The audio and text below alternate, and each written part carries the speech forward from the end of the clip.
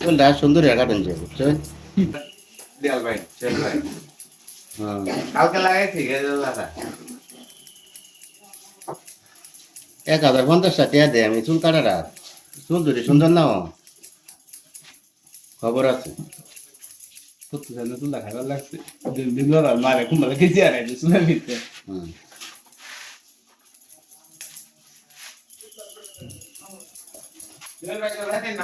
চুল কাটা সুন্দর হলে মানুষ ইন্ডিয়াতে বাংলাদেশে চলে আসবে এই ছিল না চুল কাটার জন্য।